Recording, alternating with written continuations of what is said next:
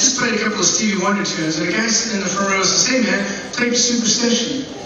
I said, "No." He said, "Why not?" I said, "It's too hard. You can't do that on solo guitar." He said, "What do you mean?" I said, "Well, it's all the same to you. You know, I got a show to finish. Maybe I could finish my show and tell you later." He said, "No, I want to know right now." So I thought, back in the old days when I was playing in rock bands, you know, we had to share the hecklers. So I thought, well, I'll humor myself at least and deal with this guy. I said, "Too many Superstitions got so many parts in it. Remember, it started with that funky clavinet line and it went to, there it goes. Well, like this.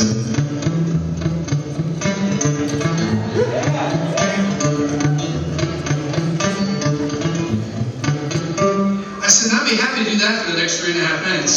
But the problem starts when you have to add the melody, which goes...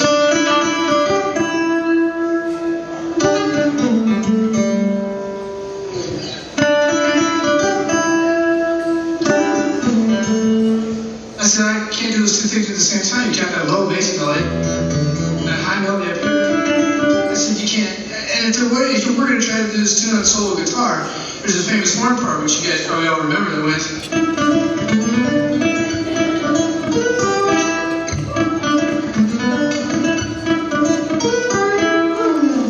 I said, if I can't do the 2 parts, then I certainly can't do the 3. Ergo, you can't do that tune on solo guitar. He says, "Okay, I understand, so go ahead and finish your show." So I thanked him and I did. Later that night, I was packing up this big black crate I used to carry around with me, you know, throwing cables and CDs that didn't sell and picks and stuff in there. My manager's standing over me, smoking one of those great big manager cigars. The kind that Fidel Castro used to smoke. The kind that Winston Churchill used to smoke. Now, I got an uncle who met Winston Churchill shortly after World War II. He said, "Peter, a big black limousine pulled up, the door opened, and a cigar exited. Followed shortly thereafter by Winston Churchill." That's the kind of cigar my manager smokes. My manager's tough. So my manager doesn't have one of those fancy cigar end cutter offers, like probably most of your managers do. And my manager takes it, bites it, spits it out right next to me, and stands there.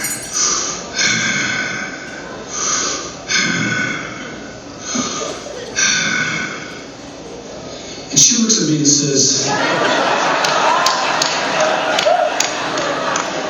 "So kid, you gonna do this tune, or I gotta get another guitar player?" So this is always from my ever-loved cigar smoking manager. This is my last tune. I want to thank you guys very much.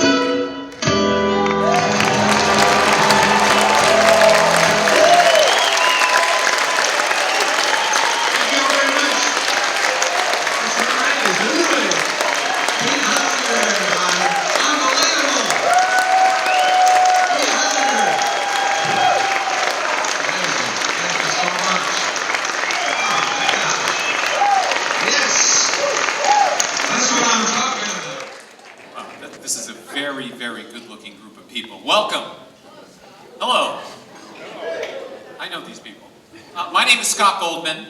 Not that that matters, but during the day, I work for a couple of organizations you may know, Music Cares. Yes, and the Grammy Foundation. By night, I actually spend time talking to great artists at the Grammy Museum in Los Angeles. And I, in my little corner of the universe, was privileged to get to know Pete when he would come and visit the Guitar Town Festival at Copper Mountain in Colorado. Yeah, so it's truly my privilege to be here and help shepherd this evening along a little bit. And I'm sure that as many people as there are in the room tonight, there are stories about how you knew Pete, stories that he told you, stories that you remember about him, and the ways in which he touched each of you in the room tonight. You can say many things about Pete, and many people will tonight. Husband, father, composer, instrumentalist, songwriter, author. And all of those words don't really add up to describe who he was. And tonight, we are here so that those of us on stage and all of you here in the room can form a collective and celebratory memory of Pete. So, with that, it is my pleasure to introduce Pete's brother from Pasadena, California. Would you please welcome Frank Huttlinger.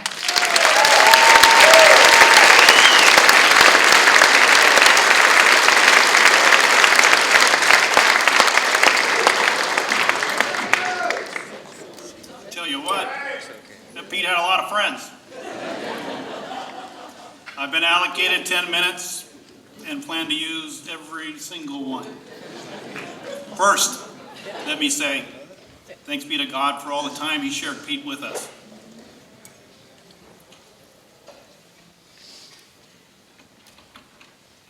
My brother Pete sat down for dinner in December. He could smell delicious food and see a favorite meal.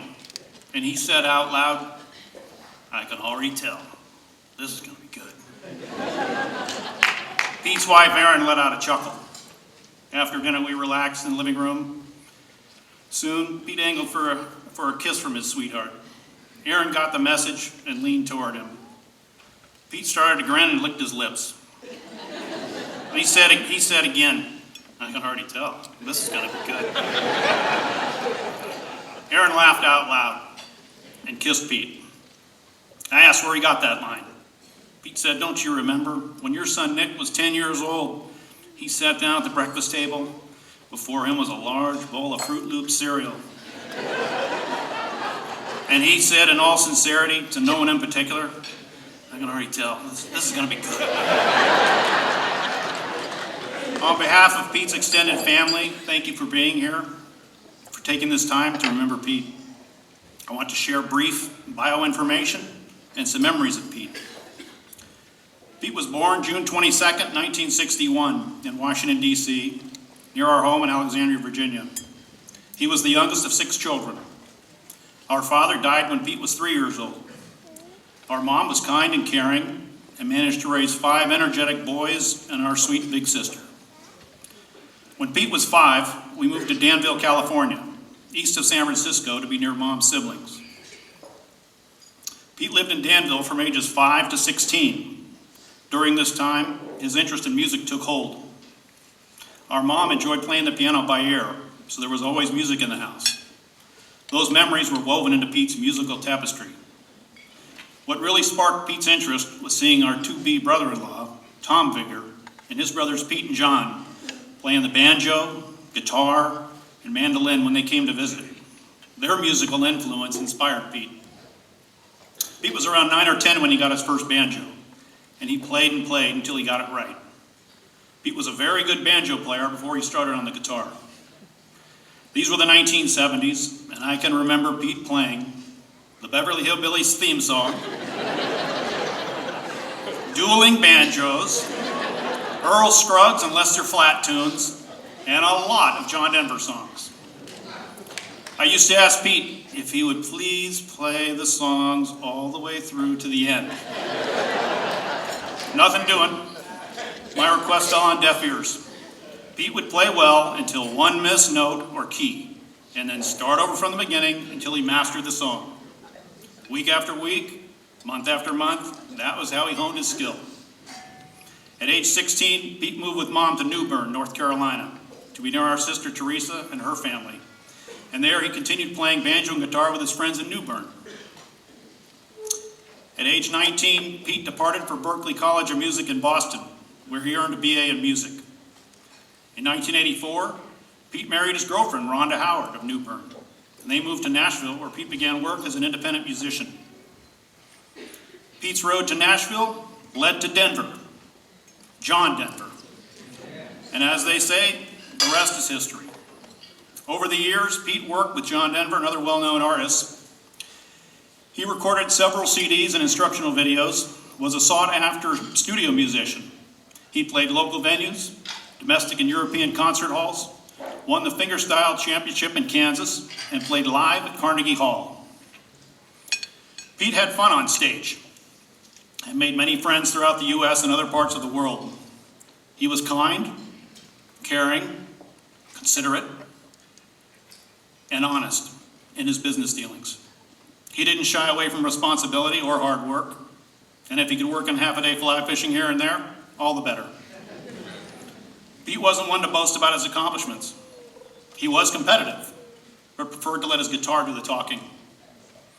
Our cousins arm-twisted this story out of him. He was invited along with other top musicians to play solo at Eric Clapton's Crossroads Festival.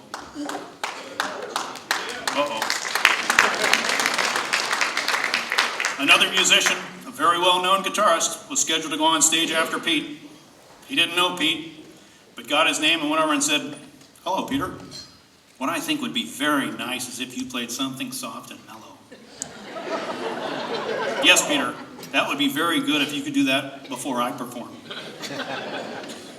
"Yes, Peter, that would be very good if you could do something mellow." Obviously, the other guitarist wanted to set the stage before his own turn after Pete.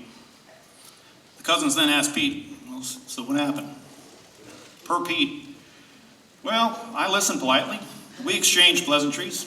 When my turn came to perform on stage, I simply played the hottest number I had as best as it could be played." And the audience responded with their loud applause and appreciation. As I exited, the other guitarist was heading on stage. I might have mentioned to him, that was my soft and mellow one.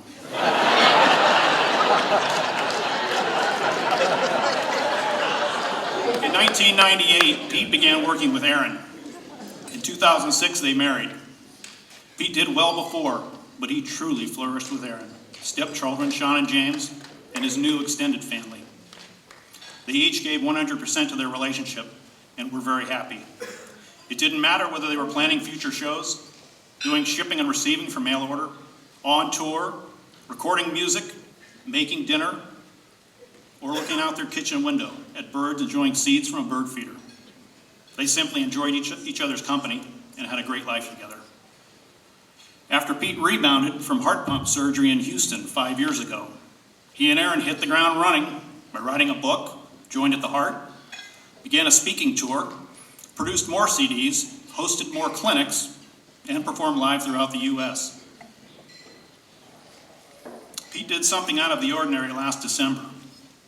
He invited a lot of cousins to his and Erin's home for the week between Christmas and New Year's.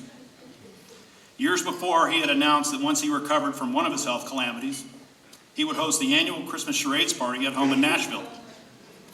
Pete had a ball describing Erin's reaction. "You invited how many? You invited them here? Just after Christmas? Do you know how busy it is then? What were you thinking?" But as it turned out, not all the cousins could make it. But 16 did. Some arrived early. Better airfare on Christmas Day. We had big family dinners together. We told stories, enjoyed music, played charades, watched Bob Newhart comedy clips. and Pete was truly beaming with happiness. This was 2 weeks before Pete's passing. What was Pete thinking? Don't just live well with family and friends, if I might paraphrase a slogan from Pete and Erin's new book. During Pete's final week, friends and family gathered at the hospital to hope, to comfort each other. As Pete's time approached, many of us were in the room, family, friends, including staff from Vanderbilt Medical Center. At the very same time, our West Coast cousins were holding a conference call to pray for Pete and his transition from this world. In the room, each of us had a hand on Pete. The aura, or energy in the room was powerful. We were brimming with emotion, and then our Pete passed away. Erin put words to our feelings. Her words not only described the moment, the week, our disappointment, fatigue, acceptance, but the sum total of all of these, and the individual and collective bond we shared with Pete. All the good times, all the milestones, all the years together. She was speaking to her adult children, but her message rang true for each of us. And I believe her message is as true for each of you here tonight. Erin said, both of you, remember this. This is what real love looks like. Pete lived his life in such a way that when his final time came, he could look back over his life knowing he fought the good fight, he finished his work. His profession, his family, friends, and fans gained new luster by his life. In closing, I'm sad that Peter's gone, but comforted in the Bible's description of eternal life better than we could ever imagine. And I see Pete heading into heaven, greeted by familiar faces, before him is a concert hall, and he sees his place on stage, and now he's smiling. And as he enters heaven, he shouts back for all to hear, "Thank you, Lord, because I can already tell this is going to be good."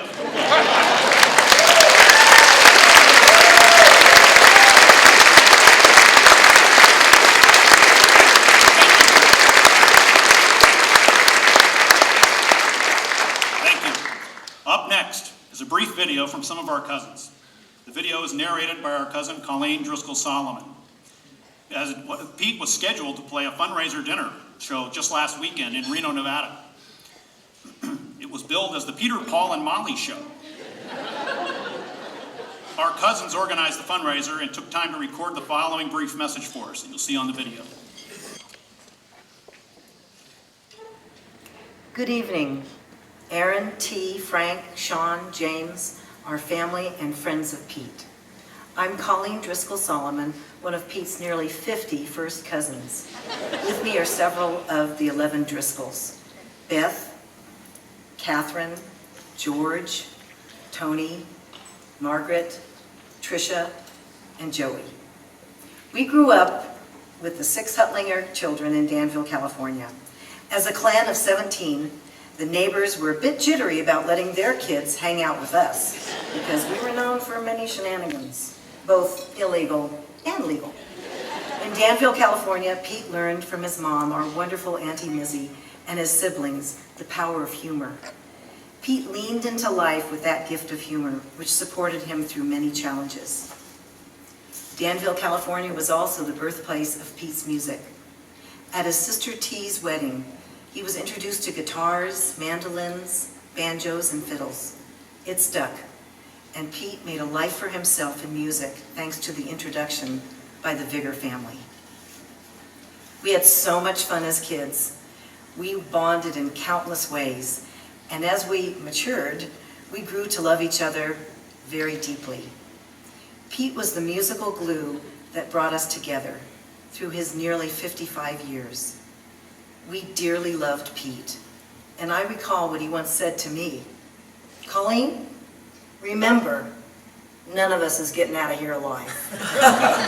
Here's to you, Pete. Yay, Pete.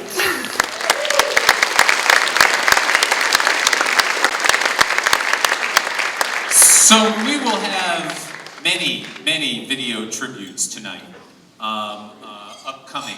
Let me remind or alert you to the fact that our friends at City Winery have created this wine, a celebration of life, dated February 26, 2016, with Pete's picture right on the bottle. $10 from the purchase of this wine is going to help establish a fund in Pete's memory, I believe at Vanderbilt. If I'm wrong about that, someone please tell me. We encourage everybody, I'm assuming here we are at City Winery that everybody here tonight is enjoying the wine, yes? Yeah.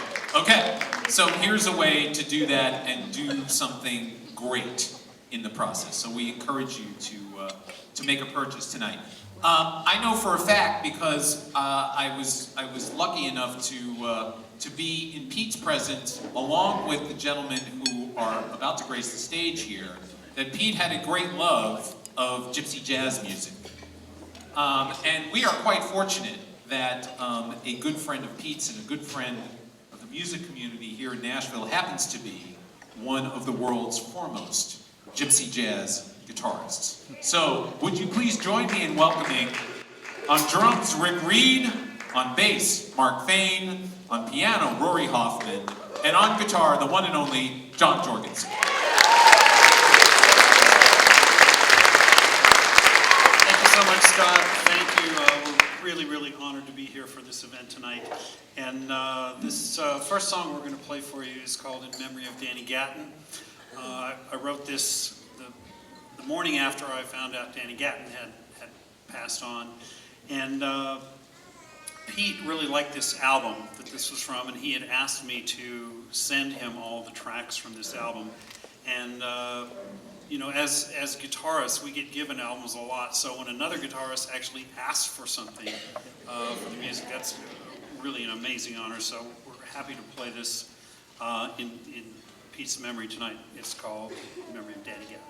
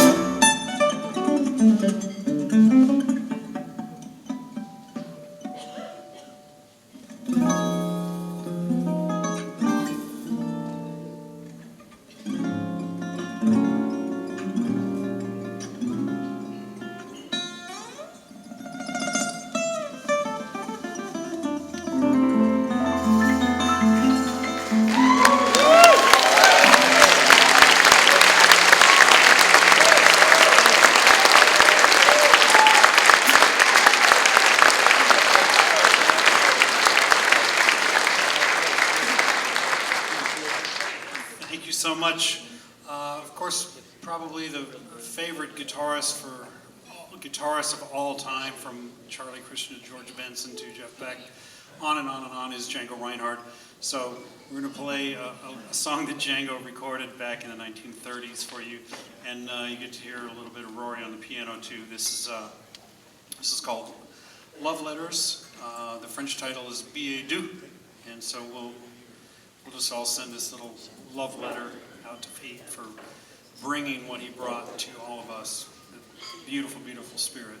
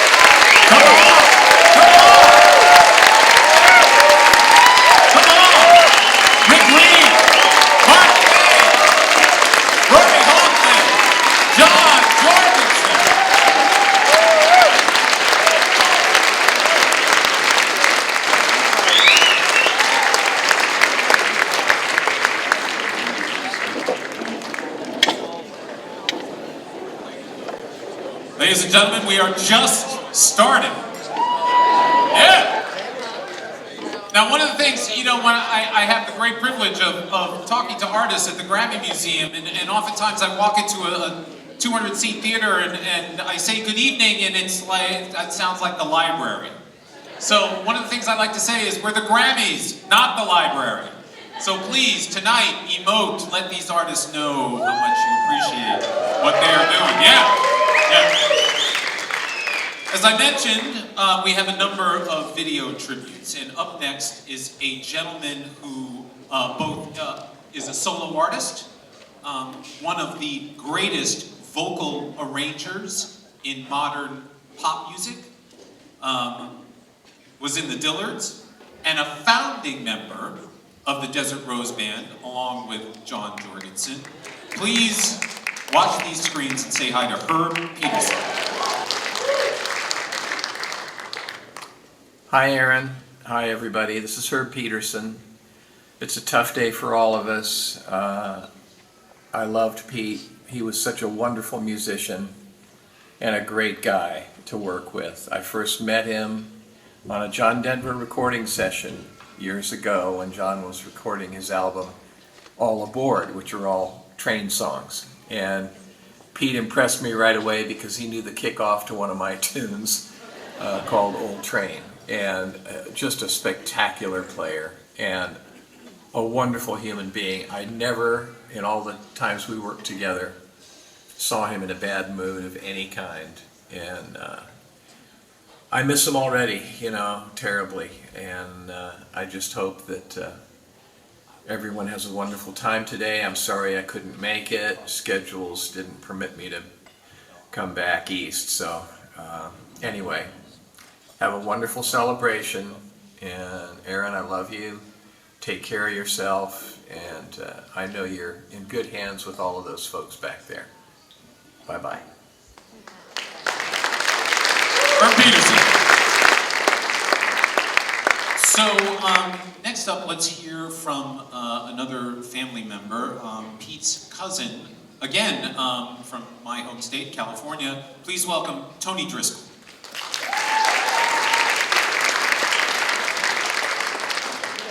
Hello, everyone. Can you hear me? Don't just live, live well. Hello, everyone. I'm Tony Driscoll, Pete, Frank, and Teresa's cousin. Pete and I grew up together in Danville, California, in the San Francisco Bay Area. Pete and I were in the same grades from 5th grade to 8th grade. I was having trouble collecting all of my thoughts, memories, and images of Pete. I decided to write him a letter. I'm a former Franciscan monk, and 2 weeks ago I spent the afternoon at the Franciscan Chapel in Berkeley, where I composed this letter to remember, honor, and reflect Pete. You'll notice that on many of the tables are some beautiful votive candles. And seeing the candles lit, I'm reminded of a wonderful quote by John of the Cross, who was a mystic in Spain in the 16th century. And he wrote, "After the dark night, the living flame of love shines forth." So Pete, your living flames continue to shine forth to all of us, and especially tonight. So this is my letter. Dear Pete, I'm sitting in the Franciscan Chapel in Berkeley, California. So many images, memories, laughter, and even tears now and then flood my mind, heart, and soul. In addition to Jesus and Mary, I get a strong sense of your presence and your wonderful mother, the great Aunt Miz. Pete, in the fall of 2010, we, your family, friends, countless fans, musician and artistic communities, prayed for you. This community of support, love, and encouragement to you, Aaron, Sean, James, Frank, and Teresa, were a constant. I'm aware that it goes back to the summer between our 6th and 7th grade when you had your first open heart surgery in Palo Alto, California at the Stanford Medical Center. Since you were 11 years old, your time with us has been miraculous. You have lived a life full of grace, reverence, laughter, humor, appreciation, and gratitude. Oh, how, Pete, you taught us well how to live abundantly. These lessons you taught us so well because you live them.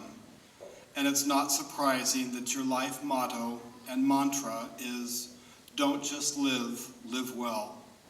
That has been your life and song composition. Your musical talent started and began to bloom in Danville. I recall in 6th grade you invited me to join you and your mom to a concert on a school night in San Francisco featuring one of your future idols, the great Earl Scruggs. We got a chance to meet him backstage and you got his autograph. One of your prayer requests on your mom's prayer list was to meet John Denver. That prayer was beautifully heard and fulfilled as you got to play, work, and tour with him. Your musical talent is amazing, Pete. Your dedication, practice, playing, performing, songwriting, composing, and arranging. Also, let's not forget, interwoven with your performances, a little stand-up comedy. Your musical gift and talent reminds me of a quote attributed to St. Augustine of the 14th century. He wrote, "He who sings prays twice." You, Pete, have been praying twice a day since you were 11 years old, and your prayer of McGuire's Landing is as epic, awe-inspiring, inspirational, and profound as musical pieces from Beethoven, Bach, or Chopin. Great company. Those same qualities that governed your musical talent also were present in your friendships and relationships, especially to the extraordinary Aaron, Sean, and James. I was honored, thrilled, and privileged to have been asked to officiate and preside over your nuptial wedding. Thank you. One of the scriptures that keeps coming to my mind while I'm in this chapel is from Hebrews 12.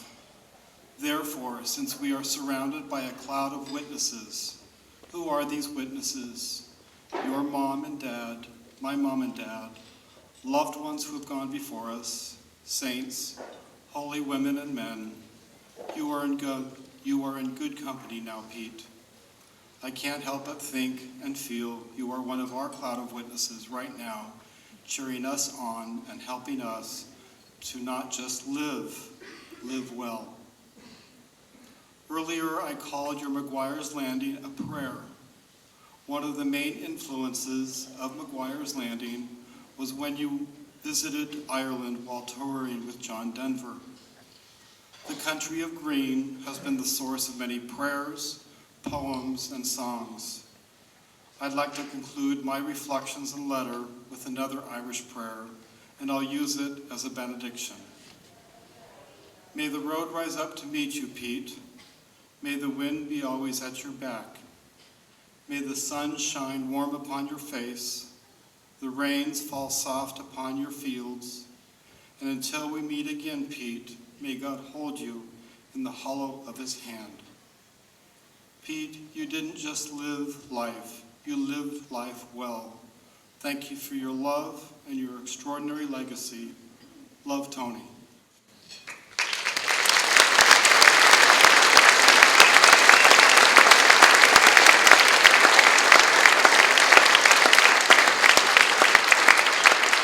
Tony Driscoll.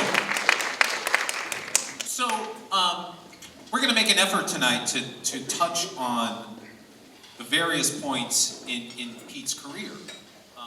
And up next, we have a couple of gentlemen who are longtime friends of Pete's, one of whom was in John Denver's band during the time that Pete was playing with him. The other has shared the stage with Pete many times over the years, all over the world, in fact, in the United States, Italy, England, Switzerland, all over wherever Pete was playing. Tonight, they're playing a favorite, The Wings That Fly Us Home. Would you please welcome Mack Bailey and Nole.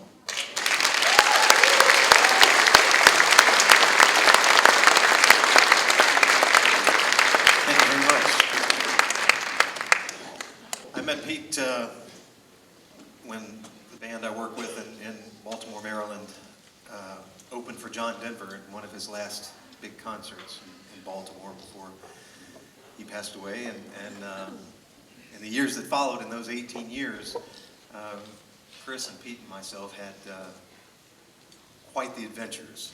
And we had concerts that ranged from boys' night out to 3 men and a pump.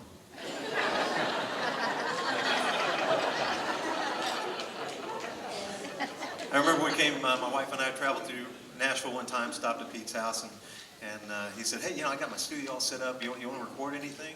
And we had a duet that we had just written, and so we did a demo of that. And he said, do you have anything else? And I said, I got this little instrumental thing that I've been working on. And he said, well, just, play it for me.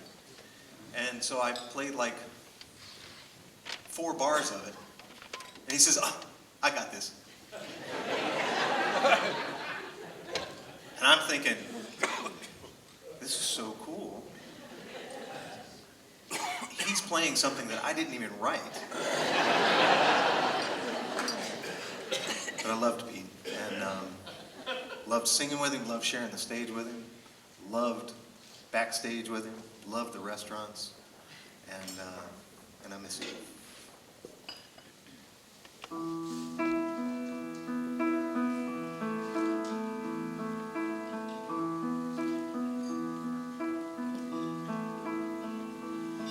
There are many ways of being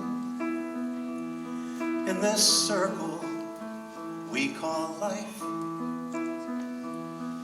A wise man seeks an answer, burns his candle through the night. Is a jewel just a pebble that found a way to shine? Is a hero's blood more righteous than a hobo's sip of wine? Did I speak to you one morning on some distant world away? Did you save me from an arrow? Did you lay me in a grave? Were we brothers on a journey? Did you teach me how to run? Were we broken by the waters? Did I lie you in the sun?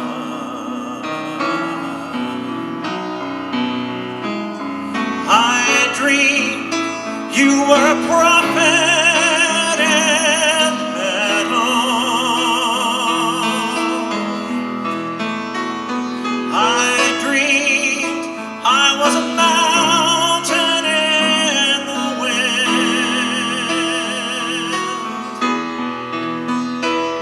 I dreamed you knelt and touched me with a flower. I awoke with this, a flower in my hand. I know that love is seeing all the infinite in one,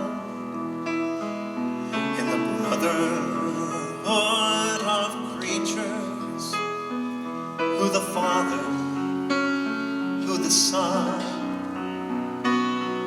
the vision of your goodness will sustain me through the cold. Take my hand now to remember when you find yourself alone. You're never alone, and the Spirit fills the darkness of the heavens. It fills the endless yearning of the soul. It lives within a star too far to dream of. It lives within each part and is the whole. It's the fire and the wings that fly us home. Fly us home. Fly us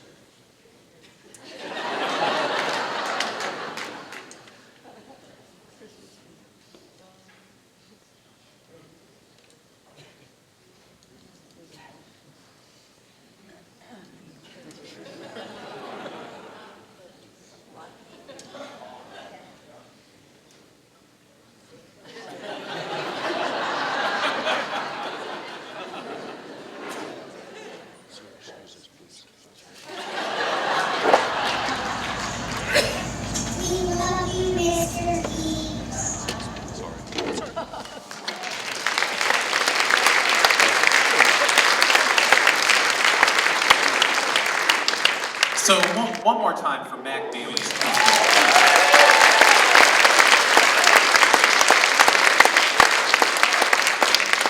as you might imagine, we have many friends of Pete's here tonight to perform in celebration of his life. And tonight, performing a song of Pete's called Things Are Looking Up. Would you please welcome Jeff Taylor, Jeff Lisenby, and Michael Zikovic.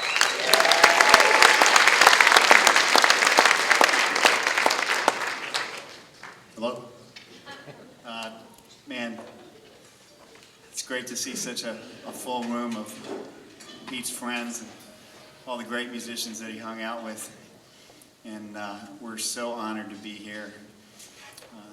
Pete made me a better, I've known him for decades, and he made me a better musician, and I think he made me a better person in some ways too, which is probably better than the first. I think a lot of people can speak for that. The week he passed from us, I was with him a couple of days in the hospital. I couldn't stop listening to his music, and I had started this accordion trio. I'm not even sure if it's legal.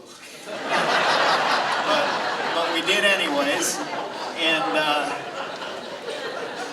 I couldn't stop listening to Pete's music, and I told Erin, I said, man, I arranged this piece for the accordion trio of Pete's. And she was gracious enough to want us to play it tonight. And actually, the last time I saw Pete, Erin and I played him an arrangement of Somewhere Over the Rainbow with the accordion trio. So he was the first to hear it, and he was on life support at that time, and I can only imagine what he would have said. I I can only imagine what he would have said about 3 accordions playing a song of his. He would probably say what he always said, this is going to be good, only it would be more like, this is going to be good? So here goes.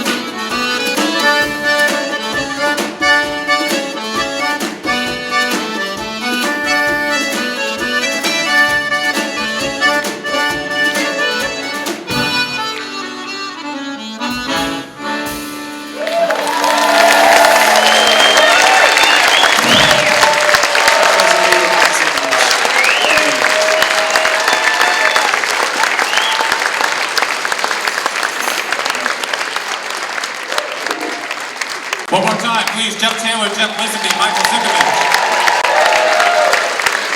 Steve Eby on the drums.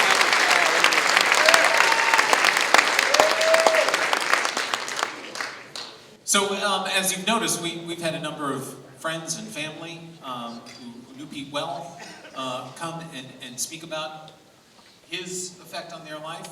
Now, I'm pleased to introduce someone, I believe, who met Pete in the late 1990s, but became more than just his doctor. So, would you please welcome Dr. Frank Fish.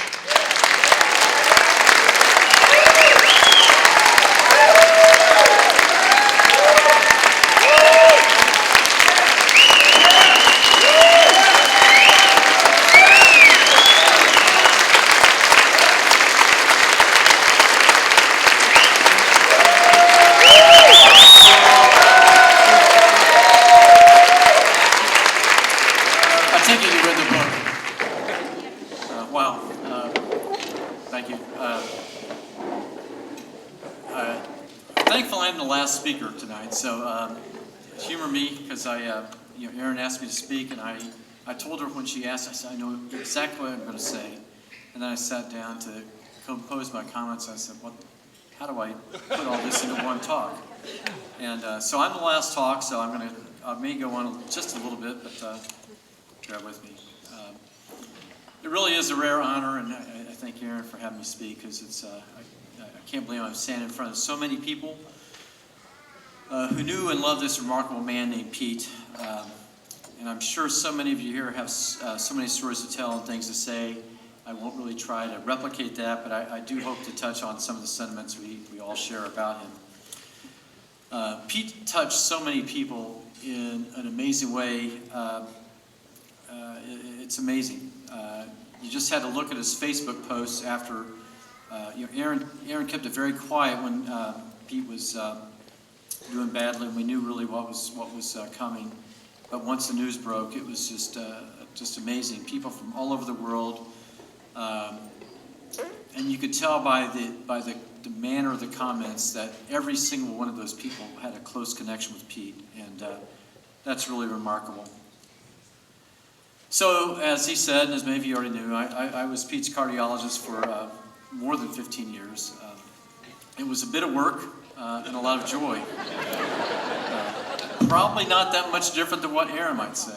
But it was really an experience that's shaped my own career as a physician and my life beyond any measure imaginable. As doctors, we try to maintain a certain distance between ourselves and our patients. Some people think it's just being a doctor and being cold, but I think it's for the patient's protection as well as our own. If we get too close to a patient, we might lose the objective we need to take care of them. Our judgment might be clouded when making difficult medical decisions and choices. Likewise, if we allow ourselves to get too close and things turn out bad, we ourselves risk getting hurt. And I got hurt a little bit. But judge me guilty as charged. I got very, very close to Pete. I sort of tried at first to keep that distance, but really couldn't keep it there with Pete. He just wouldn't have anything of that. He came into my office, and I can't remember what the jokes would say, but it was always witty and smart alecky, and sort of chiding me a little bit about me and what I did. And I tried to explain to him I was going to be a musician, but I messed up. I became a doctor. I kept apologizing to him about that. And that was true. I really was.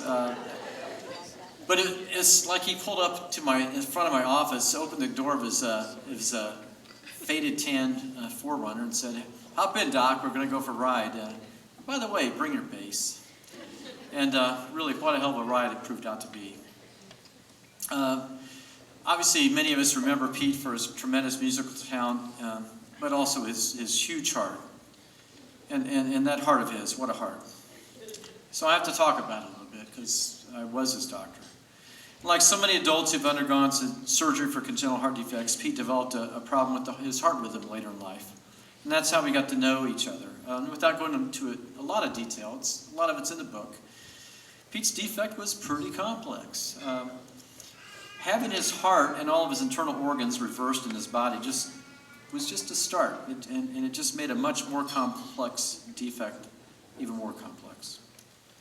When he was referred to me, his episodes of heart racing were beginning to interfere with his recordings performances, and he said, "I've got this big competition coming up, Doc, and I know my heart's going to take off racing and mess this thing up for me, so we really need to get this fixed." And while figuring out this complex arrhythmia with a complex anatomy was a challenging task, we were able to get it taken care of with a little maybe touch up with a second procedure, but we got it under control.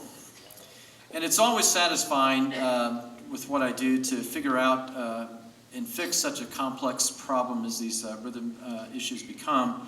But in Pete's case, it was really especially gratifying, because a few weeks later he placed second in that competition, which was the National Fingerstyle Guitar Championship. And of course he doesn't ever talk about placing second, by the way. He got second. But of course we all know he went on to win the following year. He complained about losing to some classical dude. He says, "That's not fair. They all play with their fingers, But so we began a long journey together, and really at first I felt like a spectator. I was really amazed by how he handled his life, how he handled his music, but just watching from my vantage point, that really wasn't enough to Pete. We all know that Pete was one to sort of engage you, and he forced all of us to join in. Just like you'd sit in his living room, and he would nod at you when it was your turn at the guitar pole. He just wouldn't take no for an answer. I know a lot of the guys here know what I'm talking about, sitting in that living room. But he made us participate. You had to participate. You had to be engaged. And for all of the amazing musicianship, I think, to me, that was the part of Pete that was so important. But in a way, almost invisible. His insistence that we participate.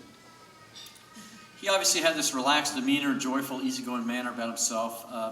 But inside, I think he was relentless. He had this drive, this inner drive to continue to move forward. I don't think there was a competitive aspect to it, but a lot of it was just a drive to move forward. He demanded a huge amount from himself, and thus he demanded so much from those of us around him.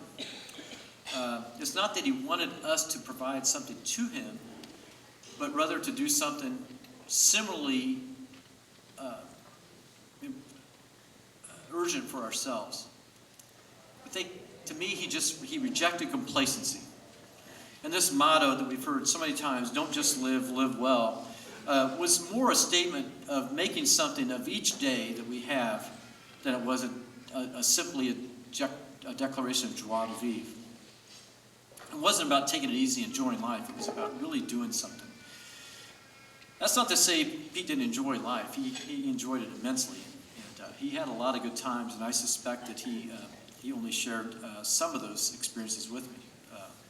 People from high school are here. They can probably fill us in on some of that. But he really insisted on earning that joy, not just simply back and receiving it for free. Obviously, he learned this lesson early on. Frank alluded to the fact, and it's been mentioned, as an adolescent, he underwent a very difficult open heart surgery. And he was told afterwards that he really wouldn't live a long life. He outlived that life, obviously, but nobody would have blamed him if after being told that he would just settle back, watch some TV, and then once they came out, played a lot of video games. And you laugh, but I've seen this countless times in other adult congenital patients that I've taken care of who face a similar scenario. Pete wouldn't accept that. He demanded that life owed him something, and he deserved everything that life had to offer, and he was bound and determined to take it. And he did so in extraordinary fashion. He was obviously a musician with extraordinary talent. He told me stories about his musical endeavors, and I don't want to bore you with too many of them because I'm sure everybody here has them. But he told me a story about standing in the Caney Fork River, which is about an hour east of here. Caney Fork is it's 5 forks of a common river. They separate, then they rejoin, and it's not very deep. So it's a great trout fishing stream, and he loved that. And he's standing there, and his cell phone goes off. His cell phone was about this big at the time, and it's Jeff Gamble, I think, if I got his name right, from the Nashville Chamber Orchestra at the time. He said, "Pete, we've got this virtuoso in here from Italy, and he's playing a piece with us, and he's having a little bit of a problem with the cadenza at the end. Do you think you could come in and help him through that?" He said, "Sure, I'll be there in an hour." So Pete gets out of the creek, drives into Nashville. He told me he spent about a half hour with this guy, and he told Pete or Paul. Paul, did I say Pete? Paul, thank you. He said, this guy's an amazing guitar player, he really is. He can't read a lick. I don't think I can get him to do this. And so they said, well, and it was not the piece the guy was performing, it was another piece. And he said, well, can you play it? Yeah, sure. So that night he played the concert, and that's just the way he was. And he did it.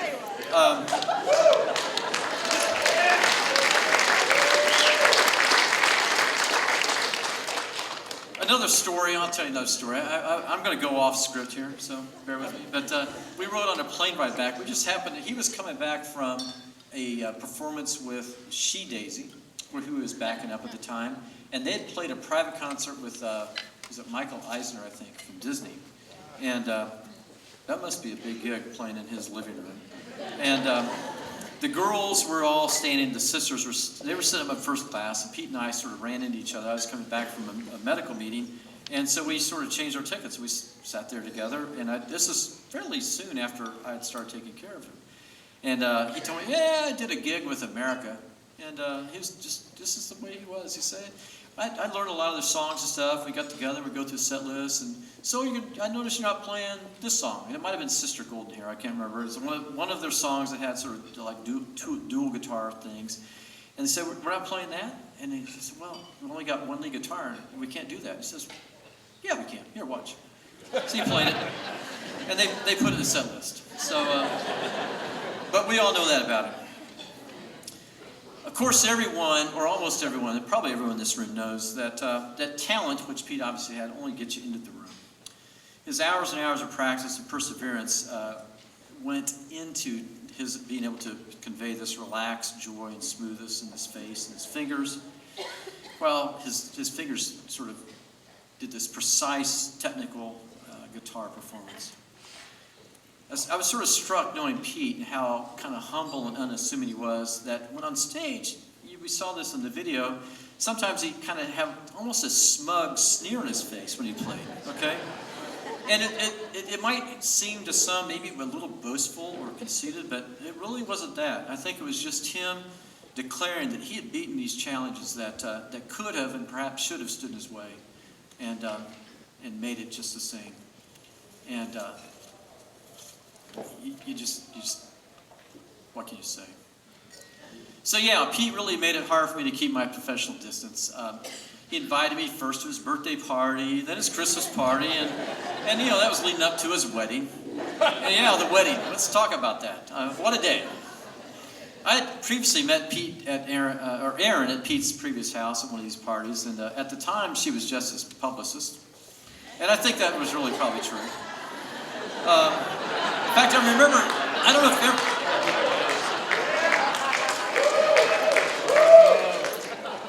I wasn't going to tell jokes, but I guess it just happens anyway. Anyway, I kind of remember talking to Erin a lot that night. I went there by myself, and you know, I might have actually annoyed her quite a bit. I don't know, because I was going on and on about who knows what after a few too many glasses of wine. And fortunately, I've found since then that both wine and Pete are two passions that she and I have shared over these years. Obviously in slightly different ways. And I find out now, having met Erin's uncle, that the wine thing is must be congenital. So. But I liked Erin from the beginning. She just seemed so cool and incredible. So it was neither a surprise.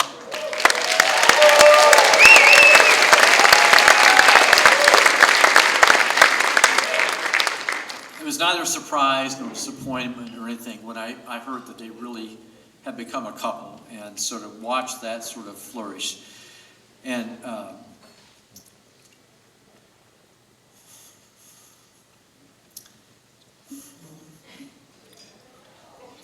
told Frank that if I went off script, I'd just start crying. So, and then that would I could get off the hook. But anyway, it's hard to imagine two people that were more clearly meant to be together, and it's just been.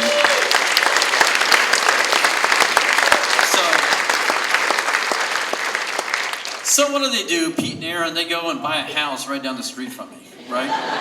Now, I kind of thought this might have been sort of a cheap way to get house calls, and maybe it was. I found myself going over there pretty often for a while, and sometimes it was kind of just, hey, Pete, you okay? What's going on? You know, how you looking? All that.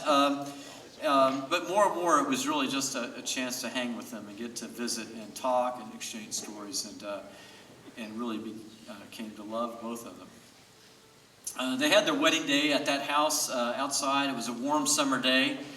I haven't checked the date. I don't know. It might have been October, but as you know, in Nashville, summer can drag on till almost Thanksgiving around here some days. But just a few weeks before that had occurred, Pete had a little bit of a scare while out on the road, I think out in Colorado, and turned out to be okay, and it was probably really nothing it seemed, but I do remember sitting there as they exchanged their wedding vows, and it was a beautiful day, And I was just absolutely terrified that something was going to happen right there in front of me. And there I'd be in all of the friends, family, brothers, siblings, etc., trying to resuscitate my friend at his wedding. And I know doctors might think that's funny, others don't, but that's what I think. Fortunately, it went off without any hitch at all. But I just loved it that Pete loved to say after his wedding, there was a jam and stuff, and I hung around. I was cheaper than whoever they was going to hire to play bass. But Pete loved to say that his entry, those of you that are from Nashville know the Nashville scene has the You're So Nashville If competition. Pete liked to say his best entry was going to be, and he may have sent it in, I don't know, You're So Nashville if your cardiologist plays bass at your wedding. That really is kind of the way Nashville is.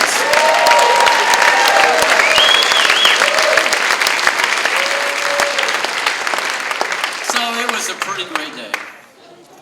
And that's not to say Aaron didn't come along with a little bit of baggage. A couple of teenage kids, to be specific, and I use the word kids and little quite loosely because have you met James? You've seen some pictures, right, James? But in all seriousness, Pete took on this role of stepdad, at least from my vantage point, in great earnest. And I don't know if Sean and James really realize just how much Pete talked about them, about their successes, their challenges, their difficulties, what they were doing. He talked about them all the time. And what great adults they were becoming. And this is really on great display during those difficult days in the hospital because Sean and James were there. And it was evident how they'd become a family. And Sean doesn't know this, but when she graduated from Belmont, well, she knows this, but she knows she graduated.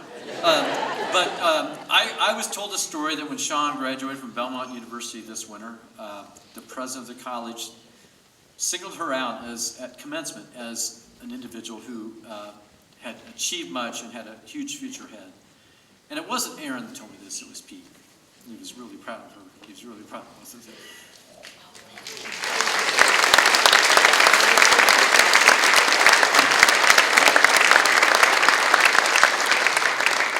So, it's 9 o'clock. Can't they just play some music and pull me off the stage? It's like the Grammys, right? Get the long players out here and I'll get off. Is that a guy back here? So anyway, I'm going to keep talking. So.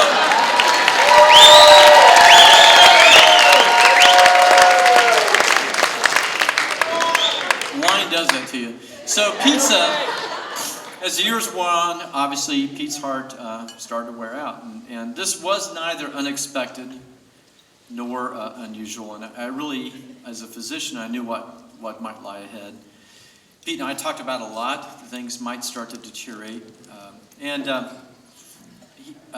Aaron detailed in their book how in the span of a few months he suffered what could have been a devastating stroke, recovered almost full function, only within months thereafter to experience rapid progression to end-stage heart failure. As his physician, as his friend, I was truly terrified. I could see the bottom falling out and was helpless to really at this point to fix anything. But I was fortunate to be assisted by a lot of other really talented physicians who were ready to join in on this project called Pete. Dr. Tom DeSalvo, who's here at Vanderbilt, has recently moved away. Derek Ribau, who's here as a neurologist. Dr. Bud Frazier and Bobby Bogave in Texas at the Texas Heart Institute to help get him the pump of the VAD. And then in recent years, Dr. Mary Keebler at Vanderbilt, who oversaw his care after the VAD and all the care that entailed. And so it didn't just take a village, it seems. It took a really small city of very talented and committed medical personnel to really get Pete through all of this. And I don't think anybody would argue that he was very much worth every bit of it. So,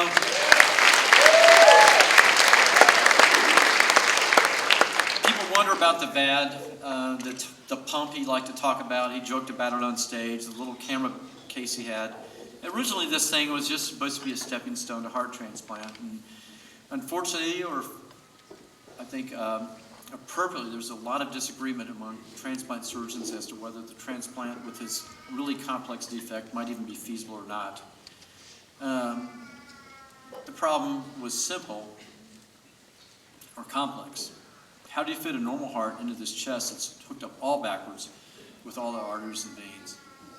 And how do you do this? And I think while there was a lot of argument on how you might accomplish it, the one thing that everyone agreed upon was that it would be a huge challenge and especially high-risk venture, and one that only a few of the largest transplant centers might be able to consider. And when Bud Frazier, one of the world's leading heart transplant surgeons, said, "I don't think we can do this," I think that spoke volumes. So once Pete heard how risky and difficult the transplant would be, it was like he was done with it. He would hear nothing more about it. We would sometimes engage in conversations about, can we do this? Maybe we should go here. He said, no. He says, I feel great. He was enjoying each day of life in a way that only a few of us can imagine. And not just knowing that he was beating the odds and taking joy in that, but the joy and satisfaction that he was still working, still accomplishing, still achieving great things as a musician and as a person. But probably most important, the joy and love he found in interacting with so many people here in Nashville, all over the world, many of you here. I mean, it's, I can't imagine how one person can have so many close friends, and Pete did. All of you here. How can one guy have so many friends? I'm just amazed.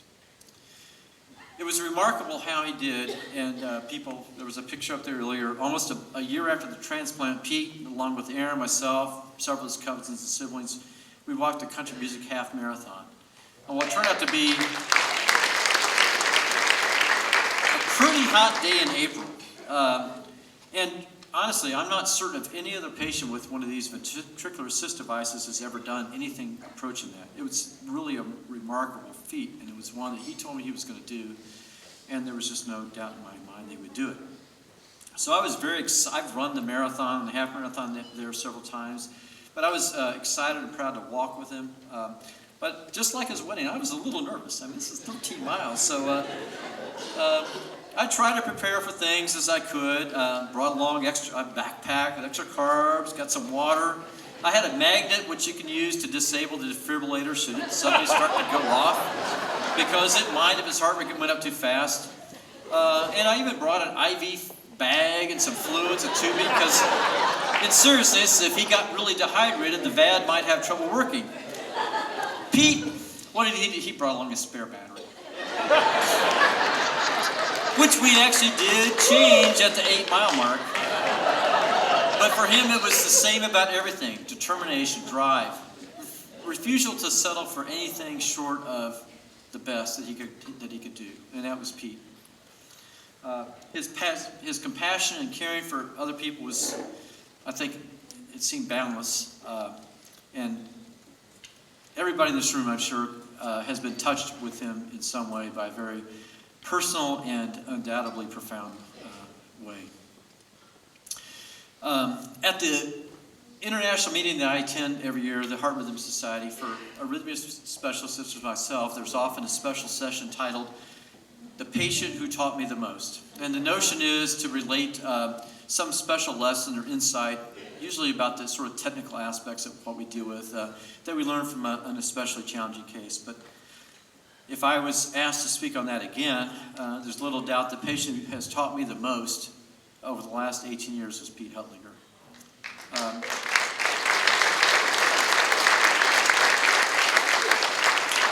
He taught me and all of us in this room how we should and how we must live, how we should accept nothing short of everything that life can give us and everything that we can take from it for ourselves through hard work and perseverance. But at the same time, never forgetting to stop, look around, smell the roses, and enjoy the people around us, and remember how wonderful it is to be here And he remembered that and did that every single day. In those final days as Pete was in the hospital that last week, I knew as a doctor that this was the end, that we had entered a phase that we weren't going to be able to do. And so emotionally, I hoped for a much different outcome, but intellectually, I knew that there was really no way that the place that we had landed was going to be something we could overcome. So it really afforded me to reflect on those last 5 years. And the last 5 years really were about the VAD, the pump. He talked about it, he joked about it, he carried it, it was always there. It looked like a camera bag. And what a beast. Here he was trying to live the remainder of his lifetime on a machine that was really designed simply to allow patients to live a few more months or a couple of years to get a heart transplant. In the end, it was certainly his salvation. He made the most of it, just as it was his undoing. He bled in his brain because of the VAD. But for me, it was a godsend. That VAD allowed me to stop being his physician and let me drop my guard and just become his friend. I didn't do very much as his doctor those last 5 years. Every now and then I was tweak his defibrillator once or twice a year. But they lived down the street, so we became just very, very close friends, he, Aaron, and I. I would go to their house all the time. Aaron would always open a bottle of wine. I would protest and then drink with it. I didn't protest that very hard.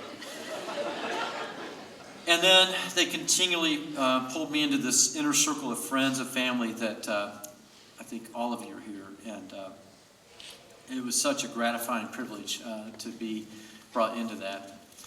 I don't know not too much else I can really say about him that everybody here doesn't know. But I've met very few people who've been able to squeeze so much out of every day of their life as Pete Huttlinger. He would get up every morning, I'm told, and say, this is what we're going to do. He lived each day with a sense of purpose, determination, but joy. It wasn't like he had to do it. He says, what can I do? What can I do with today? And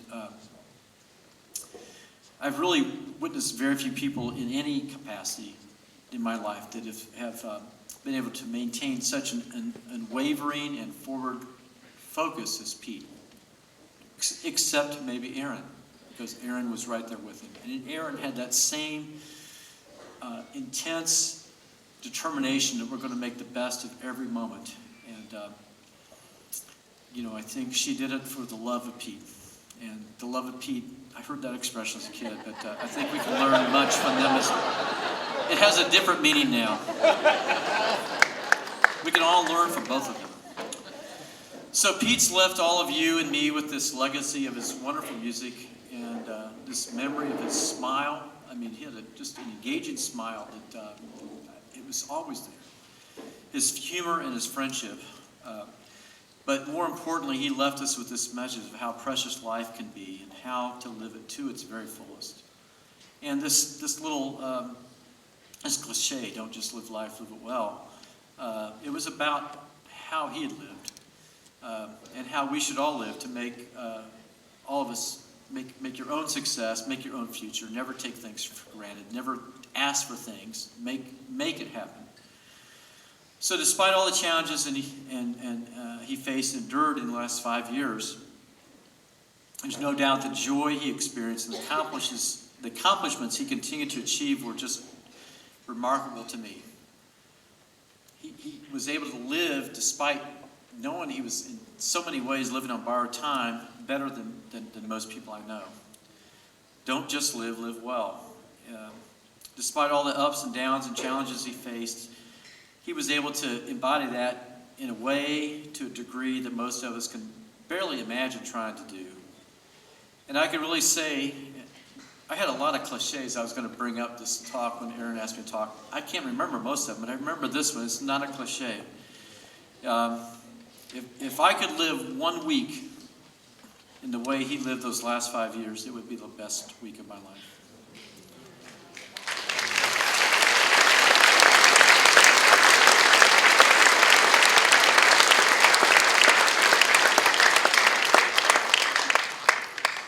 so many of us here, I miss Pete every day. I can't imagine what Aaron's been going through, so I know everybody here sends us our love. But knowing how he lived, having had the chance to become his friend, and seeing all the other friends he has here, it's really been one of the privileges, one of the very best things that has happened to me in my life. I wouldn't trade it for anything. So, thank you for coming out tonight.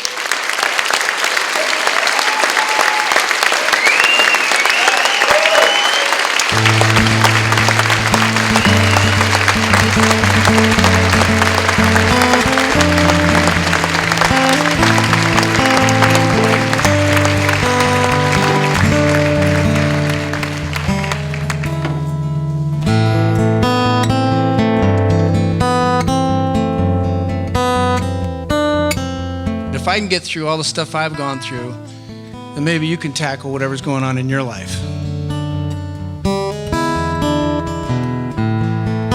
How did I react to my initial surgery when I was a kid? I chose to run. How did I react to my pacemaker defibrillator? I chose to accept it and have a little fun with it in my shows. I'm sorry, I think I set this thing on stun.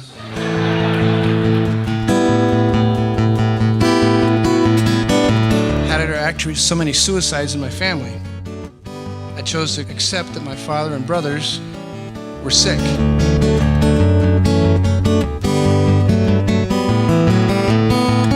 How did I react to having a stroke? I chose to learn to play the guitar again.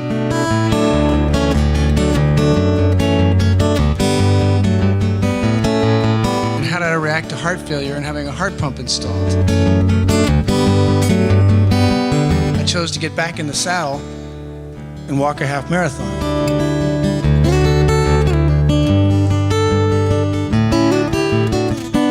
And I chose to live.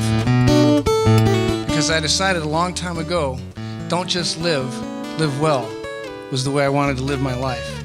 And I encourage each of you here tonight to do the same.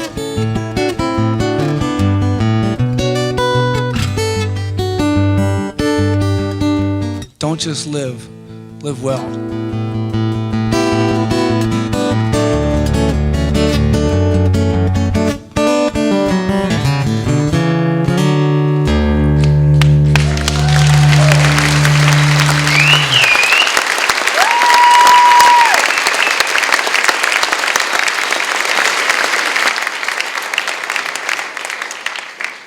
Everybody doing okay? Can I get anybody anything? You know, that video is an apt segue here, because Pete and the gentleman I am about to introduce, for those of us who spend their off time fumbling around the neck of a guitar, Pete and this gentleman were the true North Stars of guitar composition and performance. And this gentleman, who shared the stage with Pete a number of times and worked with Pete, is one of only 5 people to be anointed by the great Chet Atkins as a certified guitar player. Please welcome John Knowles.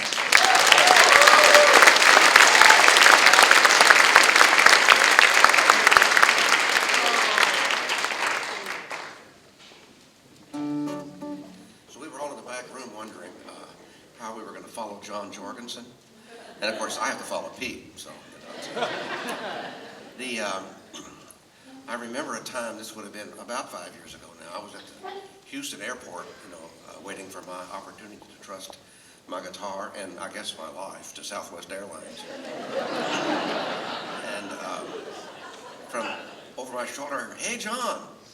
And I look around and I don't see anybody I recognize. And then there's this guy with a gray beard and weighing almost nothing and says, "Hey, John, it's me, Pete."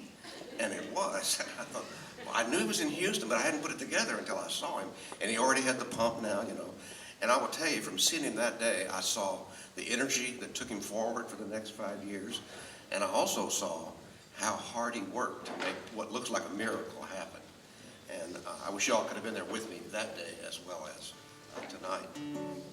The other thing I thought about when I was thinking about what to play, I thought about how some of Pete's tunes are taken from his own life. Tunes like Darcy's Guitar is because Darcy handed him her guitar and said, "Hey Pete, play my new guitar." So there's little things like that where he was just grabbing the life moments, and his compositions become like the soundtrack to his extraordinary life. So I've always kind of liked to work like that too. This one I'm going to play for you guys tonight, and for Pete, is from a Mexican restaurant, El Bellevue Way, Las Palmas. You know. I grew up in Texas. To me, the food is good, but the music is the real stuff. You know? So I told my granddaughter, I said, I'm going to write a song for Las Palmas. What's your favorite thing they have here? And she said, the cheese quesadillas. And so, you know, if you're from Nashville, you figure that's all the material you need. So I did Las Palmas, we have cheese quesadillas. And so you'll hear that lurking in Las Palmas.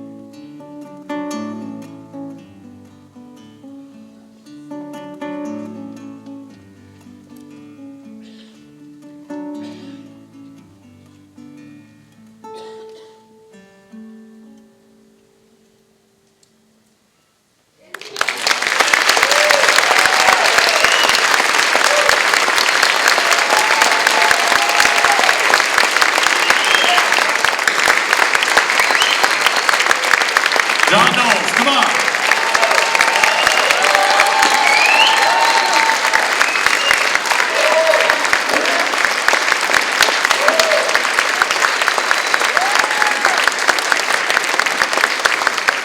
Thanks, John.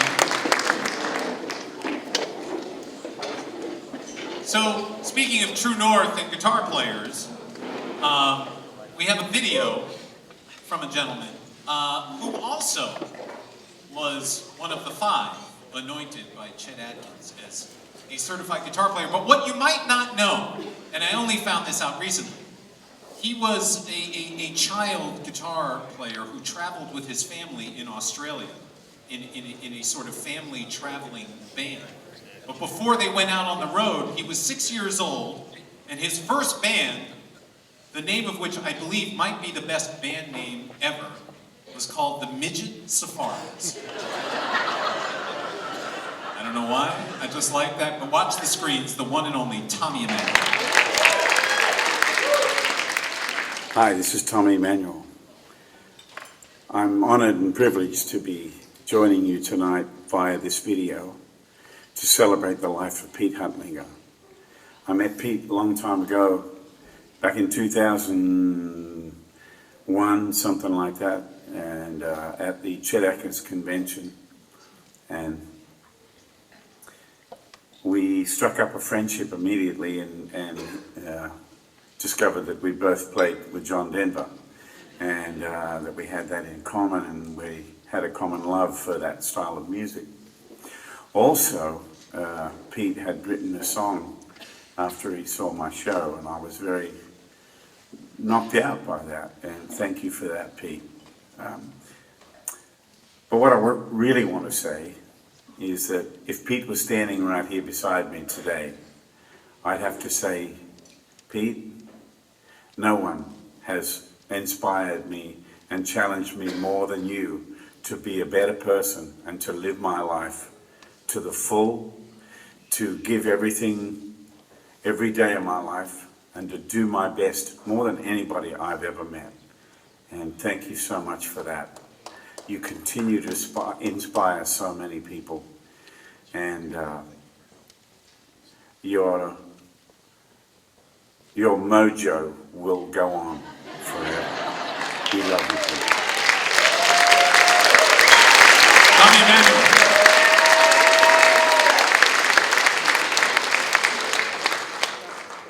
So from legends, we go to Pete's last recorded project. He was involved with a young artist who inspired him. They worked together in a duo, which was called Parnassus. This was his last project, and something of which Pete was very proud. And tonight, we are so pleased to have with us one half of Parnassus performing to a track of Pete playing guitar. Would you please welcome Mollie Weaver?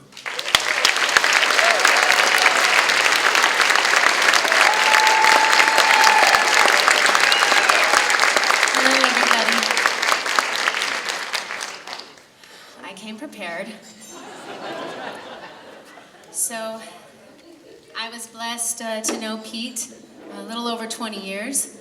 And yes, that's right. Last year we made a couple records together. It was very special. And after every victory, we had a shot of Macallan. That's what I brought up here with me when I finished this song. So this is a song that we've played together for probably about 15 years. Pete was the first person who ever arranged this song for guitar, and before it was a full orchestra song. And we performed this on many stages. And almost every time we got out on a stage together, he would,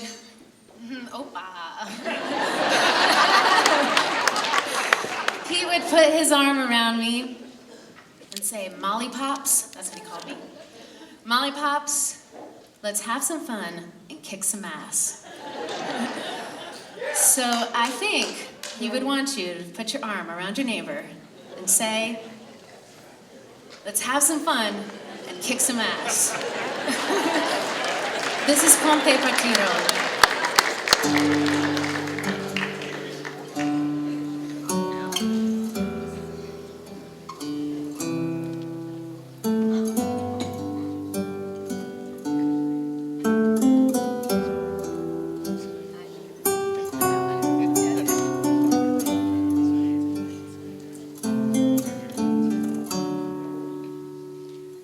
Quando sono sognosi all'orizzonte mancano le parole, sì lo so che non c'è in una stanza quando manca sole, se non ci sei tu.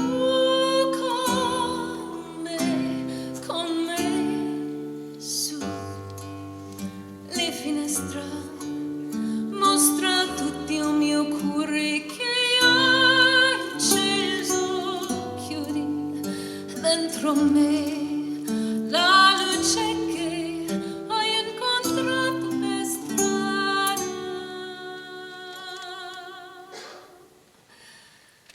Con te partirò. Poesie che non ho mai veduto e versato con te. Adesso sì vivrò con te. Partirò su navi per mare che io lo so. No, esistono più. Con te ogni vivrò. Quando sei lontana sogni onore tu te mancano le parole. E io sì lo so che sei con me, tu mia luna tu segui con me. Mio sole tu segui con me, con me, con me, con me. Con te partirò. Poesie che non ho mai veduto e versato con te.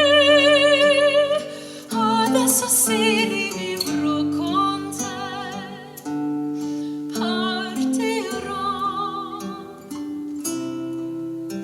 su navi per mare che io lo so. No, esistono più. Con te olivi vivrò con te. Partirò su navi per mare che io lo so. No, esistono più. Con te olivi vivrò con te. Partirò.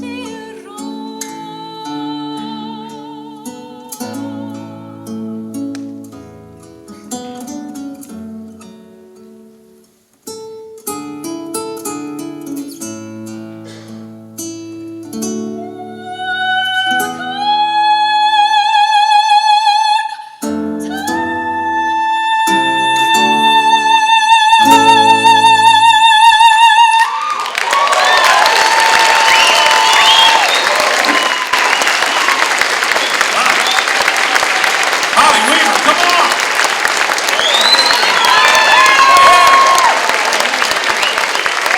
So Pete,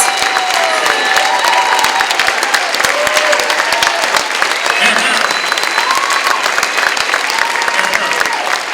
Thank you, Mollie.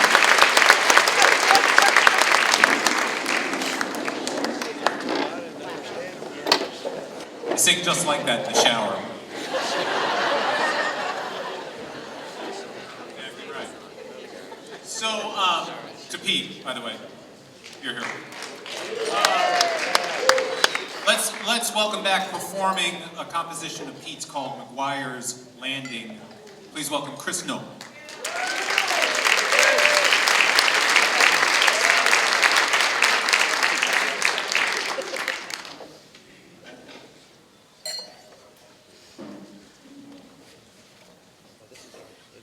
Pete would love this, wouldn't he?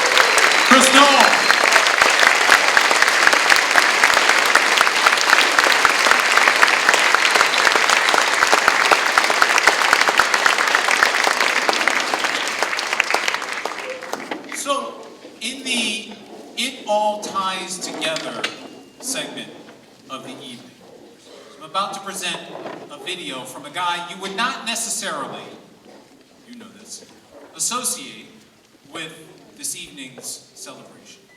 He is one of the world's foremost guitarists in a form and genre and style perhaps 180 degrees opposite from what we know of Pete.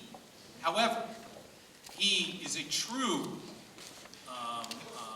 appreciator, if that's a word, of all forms of guitar playing, no matter what style.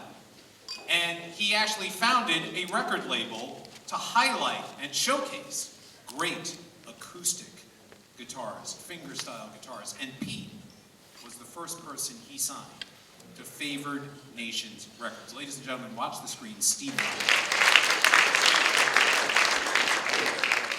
I feel so very fortunate to have had the opportunity to work with Pete Huttlinger, and such an inspired musician, a man that really had such great passion for the instrument, and it flowed into his playing, and he just lifted up anybody he was playing for. A sweetheart of a guy, and I'm grateful that he left us with such great music and has raised the bar on acoustic guitar playing, if not for anything, for the joy of the instrument itself. And I'm very grateful to have worked with him. And I can hear him still in my ears, and it's beautiful. God bless you, Pete.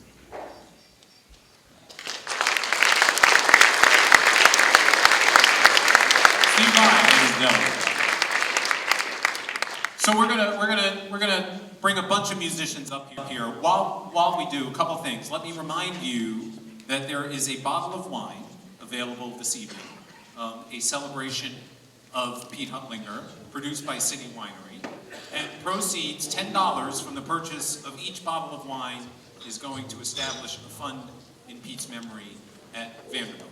So, hopefully by this point in the evening, you have consumed barrels of wine and are feeling a little loose in the wallet and would be happy to purchase a bottle of wine. I'm sure any of your servers or people here would be happy to help you with that. Also, I'm privileged to work for an organization called Music Cares. And I say that only because every opportunity that I get to stand in front of a group of people, particularly those who are close to our friends in the music community, Music Cares is the social safety net for people in our community who face hard times. If you know anyone who is facing a financial hardship, a medical hardship, an addiction problem, please, musiccares.org. All the information is there. We are here to help. We can help people. We do it every day. And we don't pound our chests about it. Everything we do is confidential. The clients we work with, all confidential. So the only way that people know about what we do is if you tell them. So please, hopefully tonight we all walk out of here remembering Pete and the life he lived, but also know that you can make a difference in someone's life if you let them know about Music Cares.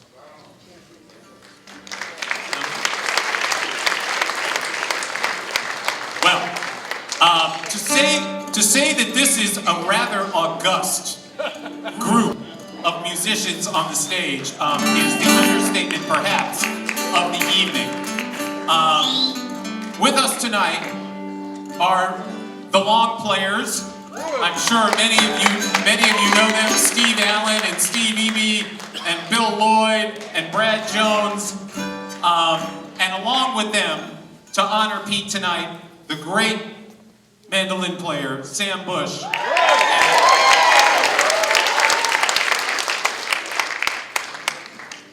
Matraca Berg, right here.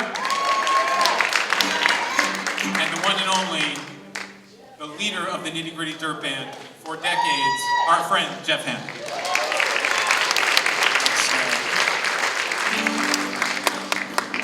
Well, I'm really honored to be, all of us are so honored to be here celebrating Pete's life, and what a wonderful night. Pete was a popular guy, I'm just saying. This is so cool.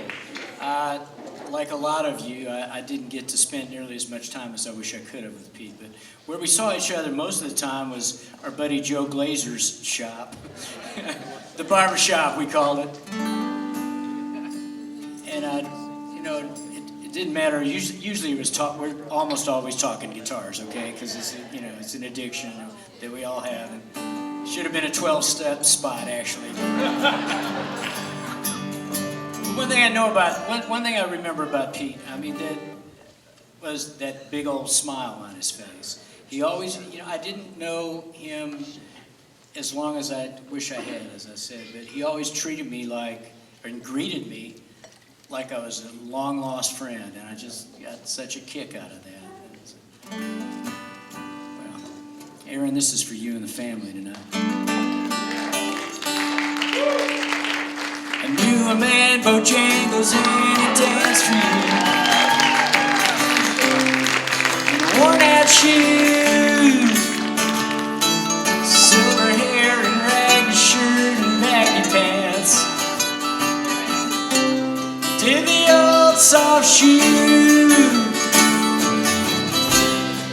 You jumped so high, jumped so high. And he lightly touched down.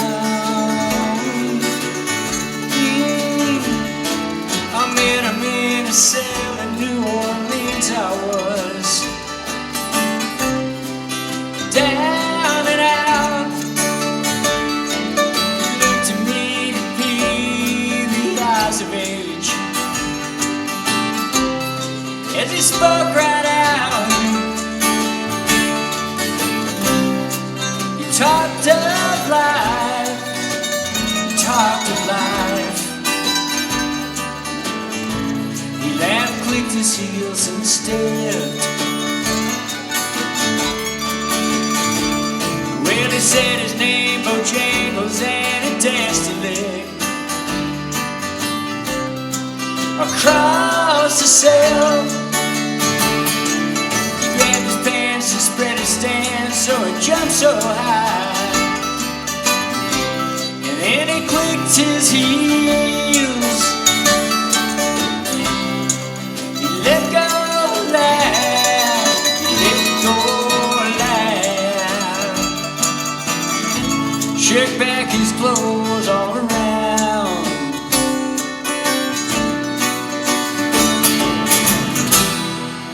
Mr. Bojangles, Mr. Bojangles, Mr. Bojangles, won't you dance?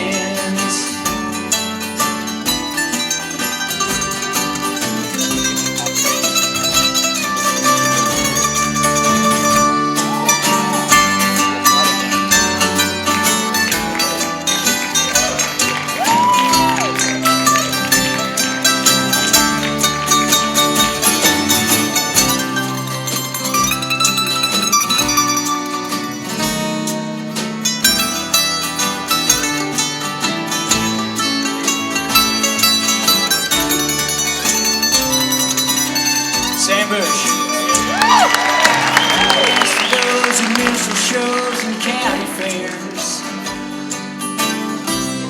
throughout the South, and he spoke to tears in 15 years how his dog and him, they traveled about, but the dog up and died, up and died. 20 years he still grieves.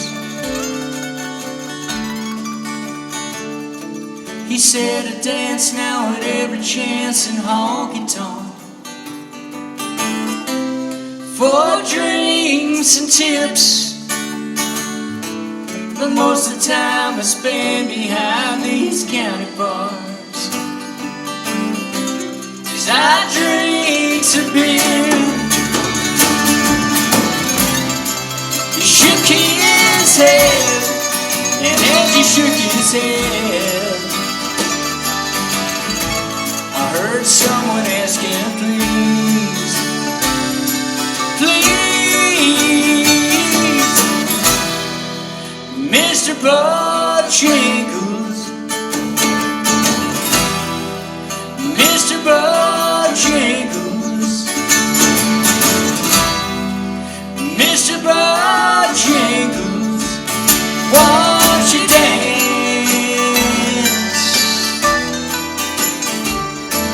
I knew a man, Bojangles, and he danced for you.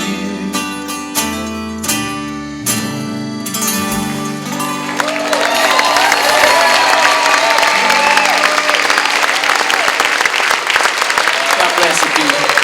Thank you all. Come on, Jeff Hanna, Matraca Berg, Sam Wood, and the long player.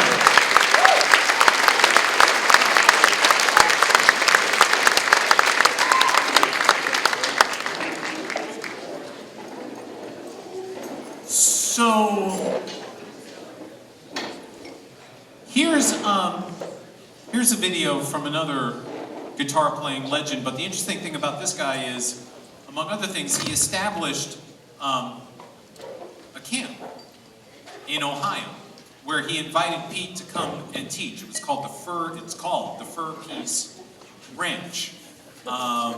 Legendary guitarist from two very well-known bands. One of which, because I work for the Grammys, I have to say this, he is this year a Grammy Lifetime Achievement Award. Watch the screens, Jorma Kaukonen.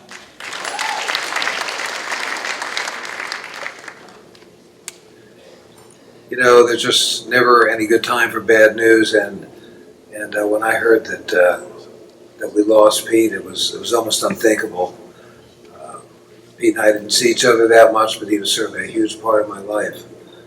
Arguably one of the world's greatest guitar players. To me, that really was what made him such a great man.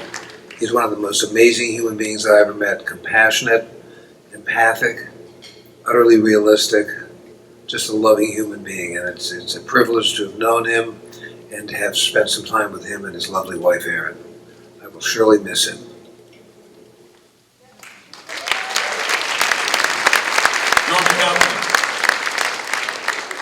So you had a chance to hear a little bit of the gentleman arrayed behind me.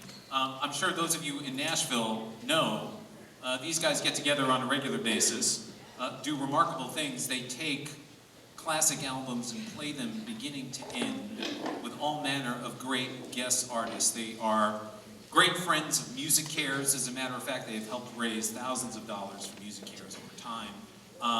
They're also great friends of those of us who get to go up to Colorado every now and then, courtesy of the Bob Burwell Festival Circuit. We'll talk about Bob a little bit later, and entertain the folks in Colorado. They are a terrific group. Would you please welcome the Long Players?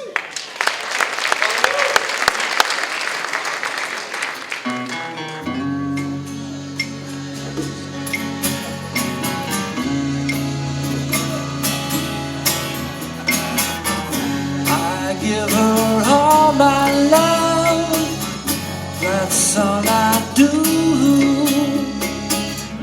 And if you saw my love, you'd love her too. I love her. She gives me everything, and tenderly the kiss my lover brings, she brings to me, and I love her. A love like ours could never die, as long as I have you near me. Dark is the star design,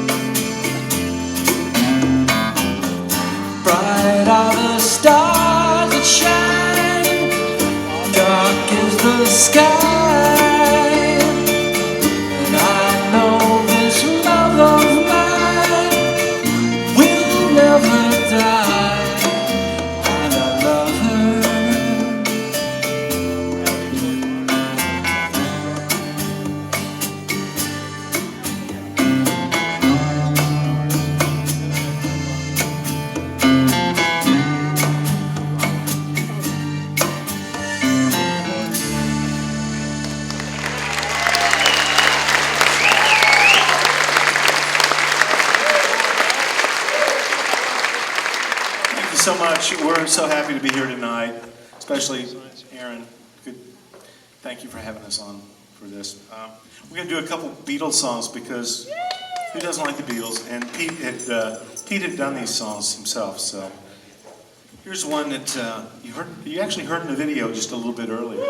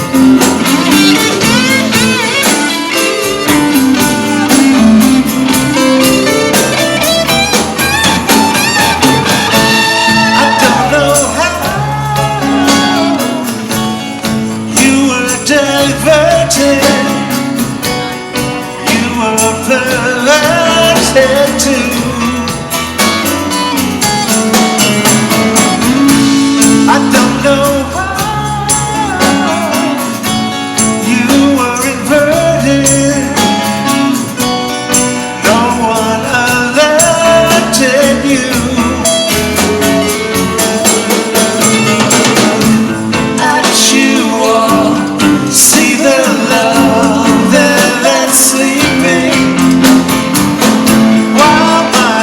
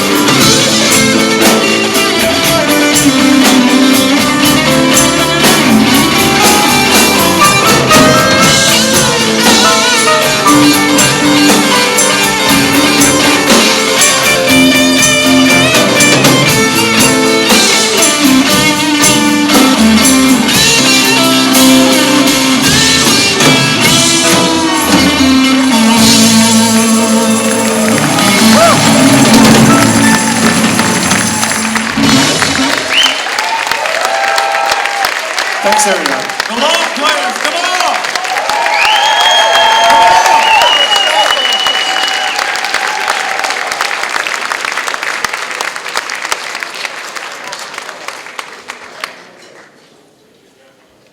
How about that? Come on, long player.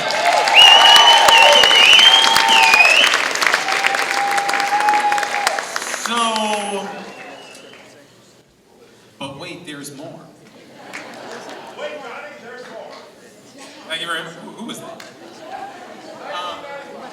I love it when the audience starts talking back to me. That's the best. That's the best part. That is the best. That is the best part. So, the next gentleman we're about to bring to the stage, part of, arguably, one of, or maybe inarguably, one of the greatest duos in rock and roll history. Tens of millions of albums sold around the world, Grammy Awards. An amazing, amazing artist. But I should mention that, and Aaron will remember this, 5 or 6 years ago when we did the benefit for Pete's sake at the Mercy Lounge. One of the first artists to step up and say, yes, I will be there and help you, is this next gentleman. Would you please welcome John Oates?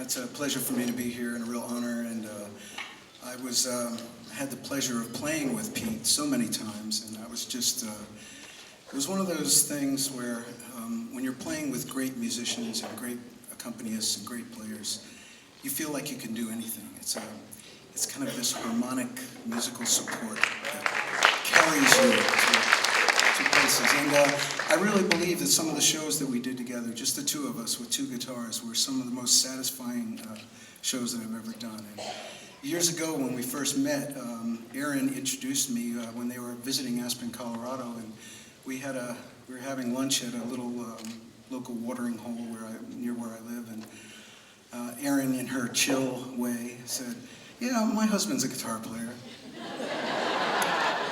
I said, "Oh, that sounds good. You should come and hear him play at this little place called Steve's Guitars in Carbondale." And I said, "Sure, I'd love to go." So went down there, and Pete and I picked a couple songs upstairs in the little dressing room, and he said, "Why don't you play a couple things with me?" And so that was the beginning of it. And as I said, it's been a real joy to me to be able to know the family and to be with them. And a few months ago, Pete wanted to have lunch, and he said, "I really want to give you the book that Aaron and I wrote." And I was thrilled to just sit there with him, and we just talked about some old times. And he was so proud of that book. And any of you who haven't read it, you need to. If you ever think you're having a bad day, read that book.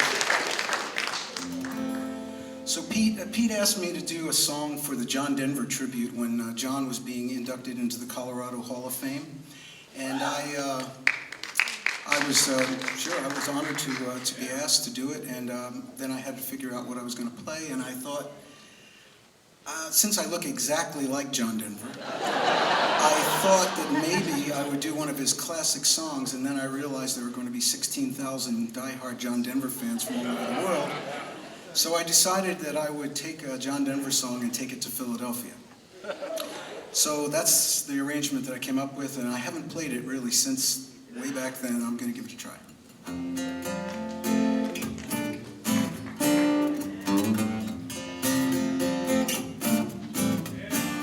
Well, my bags are packed and I'm ready to go.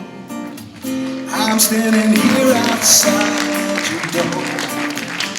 Hate to wake you up to say goodbye, but the dawn is breaking and it's early morning. Taxi's waiting, it's blowing his horn. Ever I'm so lonesome I could die. So kiss me and smile for me. Tell me that you wait for me. Hold me gonna let me go. Oh no, 'cause I'm leaving on a jet plane. Don't know if I'll be back again. Oh baby, I really hate to go. I really hate to go. Ooh, hate to go. There's been so many times I've let you down. So many times I played around. I tell you that it just don't mean a thing. 'Cause every place I go I think of you. 'Cause every song I sing, you know I sing for you, baby. When I come back I'll bring a wedding ring. Yes I will. So kiss me girl and smile for me and tell me that you're gonna wait for me. Hold me like you never gonna let me go.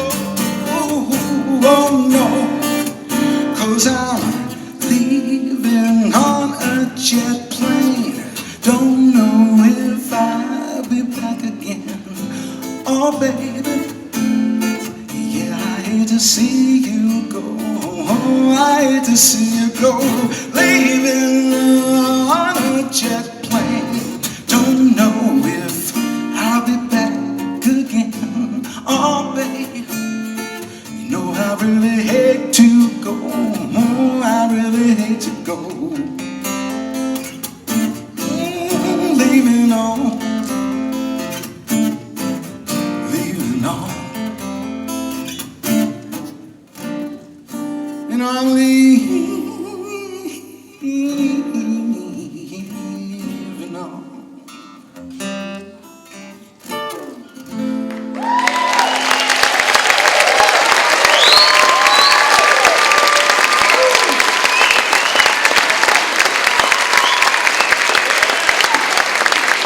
Sam Bush is coming out.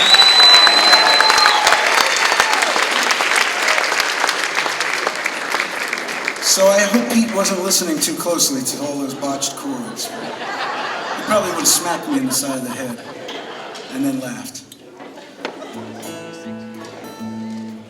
Well, you know, I don't get the chance to do gospel songs very often, but I think tonight would be an appropriate night to do it, and you can sing this one, all right? So if you feel it, sing it. What do you think, Sam? Okay.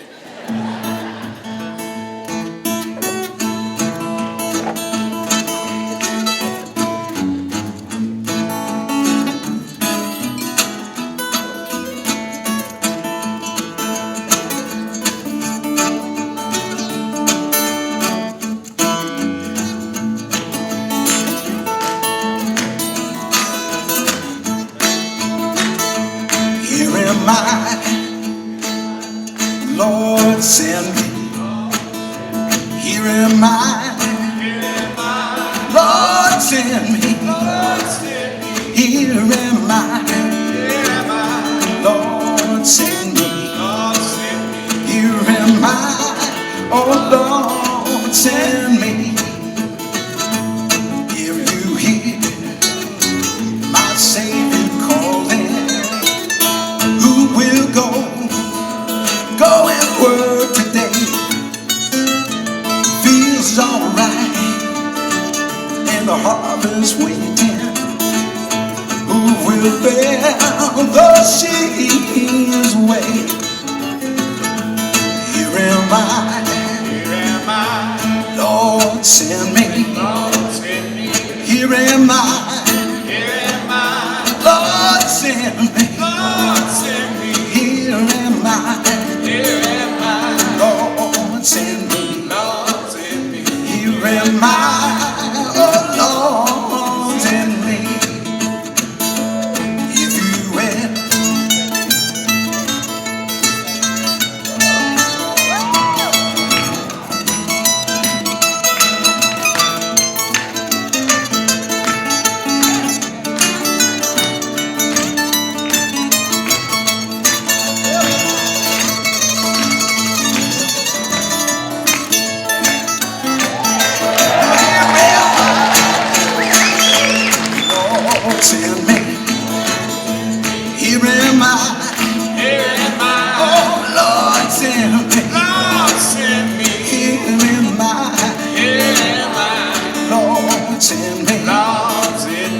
Here am I, oh Lord, send me.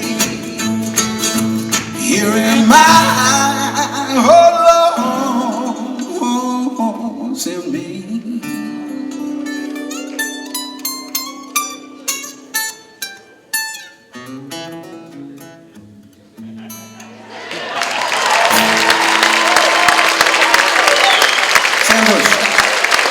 Thank you very much. God bless you.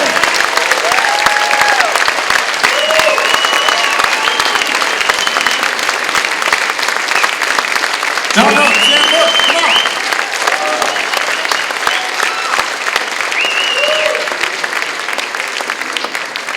So, it's come,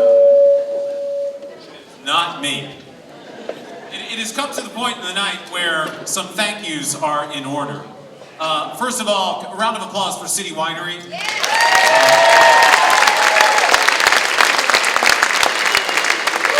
this happen. To a couple people I consider really good friends of mine. Bob Burwell, who helped produce this whole thing tonight, and Jason Henke, and their stage gear running buddy Danny Ferris, wherever he is. This doesn't happen without those guys. And please, a round of applause for Aaron Morris.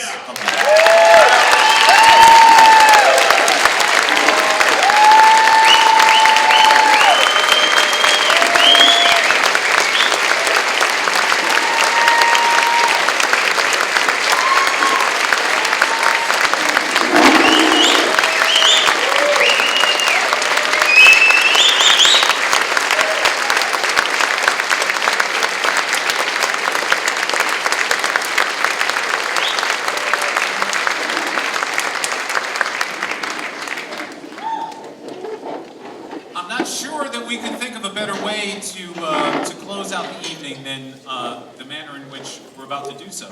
So, for those of you who knew Pete and saw him, particularly when he was doing workshops and teaching young people about the magic of playing guitar, he was all about paying it forward. He was, in any given moment, his students' biggest fan. But there was one person in particular of whom he was perhaps a bigger fan than anybody else. And that's his stepdaughter, Sean.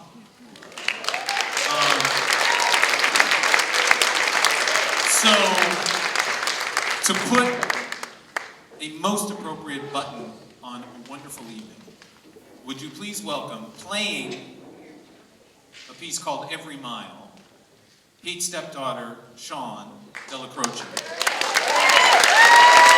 Playing one of Pete's guitars.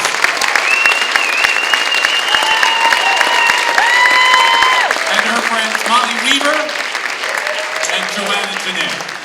Take it away, Sean. How many guitar players do we have in the audience? How many guitar owners in the audience? Maybe feel more comfortable. So I want you to imagine how you might feel if someone asked you to play a Pete Huttlinger song in public. Imagine, get there with me. Not good. But luckily for me, our mutual cigar smoking manager let me know that this one has lyrics. It was a lyrical composition of Pete's, and so I felt a little bit more comfortable. But yeah, reflecting on this wonderful evening, thinking about what I should say, and thinking, Pete, tell me what to say, tell me what to say. I could tell stories, I could tell jokes, he could tell jokes, kind of, sometimes. We had disagreements about his humor, but I think I kind of stood alone in not getting his jokes. But I thought, okay, what should I say? Should I tell a joke? No. And then I thought, well, I know what he would say. He'd say, Aaron, I love you. And I know you just gave her a standing ovation, but seriously, from the bottom of my heart, can we just do a cheers to my beautiful mother, Aaron Morris? We owe you so much gratitude. Mrs. McCallan. Pete's other favorite drink was Coors Light, but...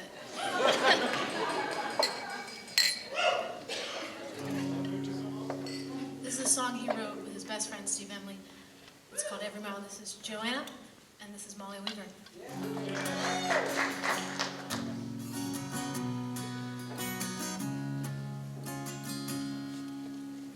Our love is like no country road,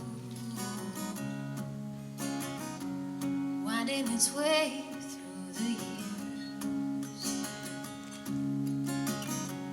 taking each turn as it comes, and always having a soft shoulder near. Every mile we've been together. Every mile I travel again with you. Every mile's a part of forever, and every mile I'll be with you.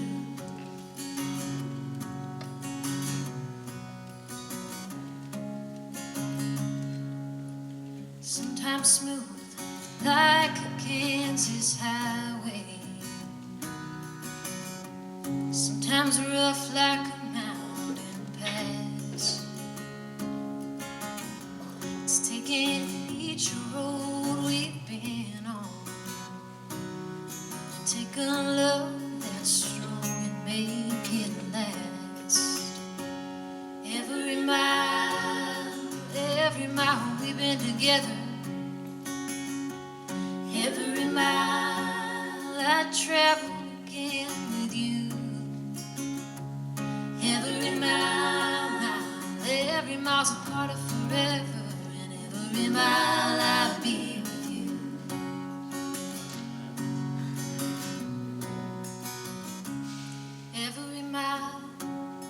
Every mile we've been together. Every mile I travel again with you. Every mile's a part of forever, and every mile I'll be with you. Every mile I'll be with you. Every mile I'll be with you.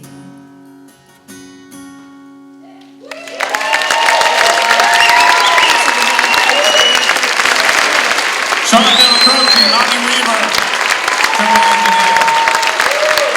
Come on.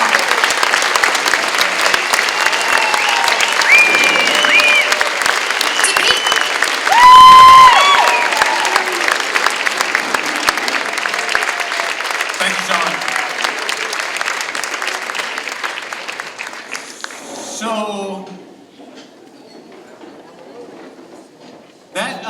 that brings this celebration to a close. But before we go, I'm hopeful perhaps you would do one thing with me. On 3, we love you, Pete. 1, 2, 3. We love you, Pete. Thank you all very much for being here. Good night.